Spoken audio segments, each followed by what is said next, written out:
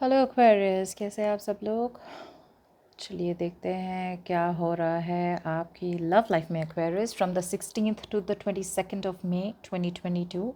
ये एक general reading है, सबके साथ रेजोनेट नहीं होने वाली। सो अगर रेजोनेट नहीं होती नो प्रॉब्लम, ज़बरदस्ती उसे अपनी सिचुएशन पे ना फिट करें। अगर आप एक पर्सनल कंसल्टेशन चाहते हैं तो आप मुझे ईमेल कर सकते हैं on tarotwithnemo@gmail.com। ओके, चलिए देखते हैं। पहले आपकी एनर्जीज देख लेते हैं।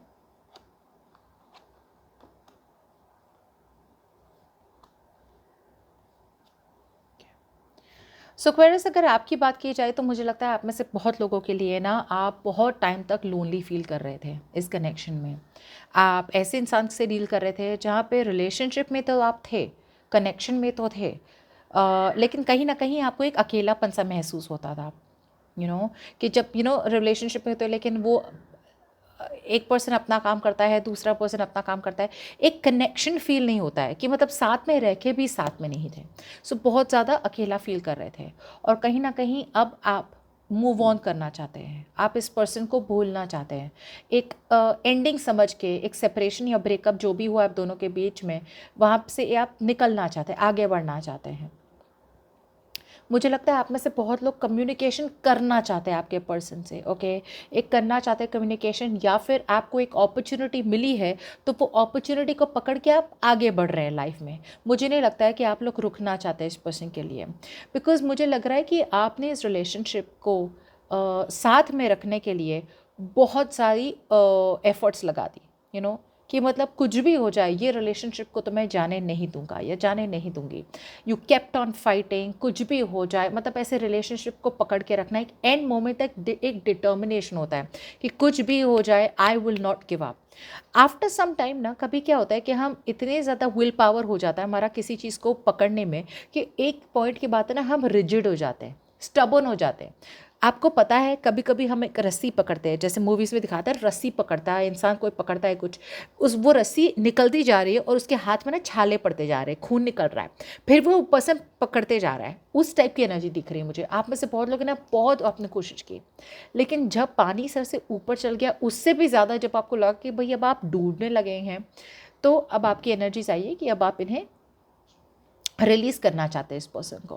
ओके, जैसे मैंने कहा था, आप में से बहुत लोग कम्युनिकेशन करना चाहते हैं और बात करना चाहते हैं इस पर्सन को, लेकिन कुछ लोगों के लिए I think you are just ready to move forward, फटाफट निकल रहे हैं अब। एक बार रियलाइजेशन हो जाता है।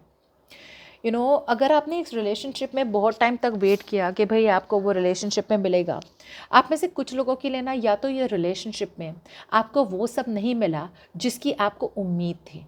प्यार हो गया, अफेक्शन हो गया, लव हो गया, अटेंशन हो गया, अप्रिसिएशन हो गया, जो भी आपको चाहिए था आप लोगों को इस रिलेशनशिप में या तो मिला नहीं, या फिर आपको बहुत ज़्यादा इग्नोर किया गया। ओके, और आप वेट करते रहे करते रहे करते रहे कि जो मुझे चाहिए वो मिलेगा, लेकिन अनफॉर्चुनेटली मिला नहीं।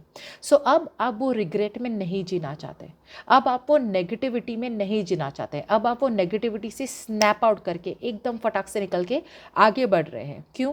क्योंकि आपको लग रहा है कि आप अपना वेस्ट कर रहे हैं time, you are wasting your time, you are wasting your life. शायद ऐसे बहुत लोग हो सकते हैं आपकी लाइफ में इर्द गिर्द, जहाँ पे जो लोग आपको वो सब दे सकते हैं जो आपको चाहिए, स्टेबिलिटी, सिक्योरिटी, कमिटमेंट। तो अब आप खुल रहे हैं, you are opening yourself up to other people and other opportunities. अब आपकी तरफ से ना मुझे एक स्टबर्ननेस दिख रही है, कि मुझे जो चाहिए वो चाहिए। एक रिजिडिटी दिख रही है, एक स्टेबिलिटी दिख रही है, एक स्ट्रक्चर दिख रहा है। अब तक आपने प्रॉबेबली इस पर्सन के सामने ना अपनी बाउंड्रीज नहीं रखी थी कि भाई ये तो ऐसे ही होना है। अब तक ये पर्सन ने आपको जो किया, जैसे चला रहे थे, आप चला रहे थे। अब आप एक बाउंड्री क्रिएट कर रहे हैं कि भाई जो होगा ऐसे ही होगा, ये एक स्ट्रक्चर है और यही बाउंड्रीज में रहना है और ऐसे ही करना है। या तो आप ऐसे करें या फिर बिल्कुल भी निकल जाए मेरी लाइफ से। आपके पर्सन की एनर्जीज की बात की जाए, ओ बाप रे, आपके पर्सन है ना, बहुत ज़्यादा एडिक्टेड है। Okay, they are very addicted to you, obsessed है, एक बहुत ज़्यादा हद तक ऑब्सेस्ड हो रहे हैं आपसे। जैसे बोलते हैं ना, एक आदत सी हो गई है आपकी, आपके बिना जी नहीं लगता उनका। मैं ये नहीं कहूँगी कि आपके पर्सन आपसे प्यार नहीं करते थे या नहीं करते हैं। आपके पर्सन बिल्कुल भी, मतलब बिल्कुल भी खुश नहीं है। अब आप बोलोगे कि वो तो किसी और के साथ चले गए या फिर वो तो किसी और के साथ है, या मैंने क्या कहा, मैंने ये नहीं कहा कि आपके पर्सन किसी और के साथ है या कुछ, किसके भी साथ हो, वेदर वो अपनी फैमिली के साथ हो, वेदर किसी थर्ड पार्टी के साथ हो या अकेले हो, आपके बिना ये खुश नहीं है। उनके लिए आप उनकी 100% खुशी थे। इमोशनल फुलफिलमेंट जो टॉप लेवल का होता है ना, 10 ऑफ कप्स, वो थे आप उनके लिए।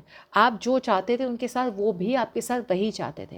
लेकिन जब से आप निकल गए उनके लाइफ से, लड़ाई करके, सेपरेशन या ब्रेकअप करके, ये खुश नहीं है। ये पर्सन कहीं ना कहीं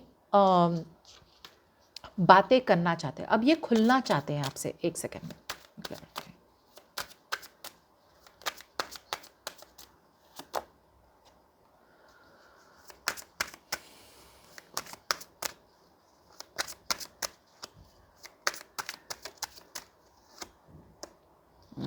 आपके पर्सन है ना, आपको जाने नहीं दे सकते।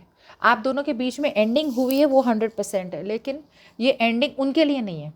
आपके लिए शायद ख़त्म हो गई हो बात, लेकिन इनके लिए नहीं है।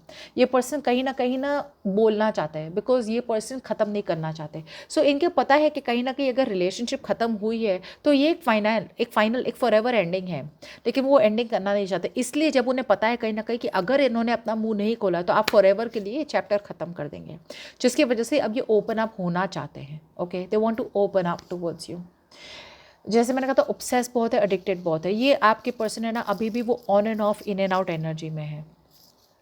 कभी क्या होता है, ज़रूरी नहीं है कि जो पर्सन हमें इमोशनली फुलफिल करे, जिसके साथ हम इमोशनली खुश हो, ज़रूरी नहीं उनके साथ हमें कमिटमेंट में रहना है या वो हमें कमिटमेंट दे सके। नहीं, कुछ लोग हमें कमिटमेंट देते हैं जहाँ पे इमोशंस नहीं होती, बस स्टेबिलिटी होती है, सिक्योरिटी होती है, सोसाइटी होता है, मतलब नाम होता है वहाँ पे, कि एक लेबल होता है कि भाई मैरिज है, यहाँ पे ये पर्सन स्टेबिलिटी दे पाएगा, प्यार व्यार नहीं दे पाएगा।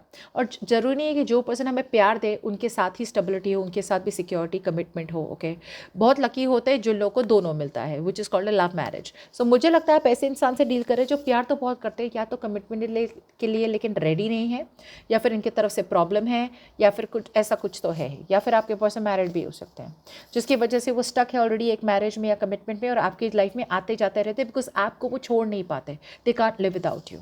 ओके, बट एक ही प्रॉब्लम है कि कहीं ना कहीं आपके पर्सन को लग रहा है कि आप एक बहुत बड़ा रिस्क है, आपकी तरफ आना एक रिस्क है। जैसे मैंने पहले भी कहा था, या तो ये पर्सन के फैमिली प्रॉब्लम्स है, फैमिली मान नहीं रही, या फिर ये पर्सन किसी और के साथ है और उन्हें लगता है कि आपके साथ रहना है तो इन्हें अपनी फैमिली छोड़नी पड़ेगी या फिर अपने मैरिज छोड़नी पड़ेगी और आपके पास आना पड़ेगा।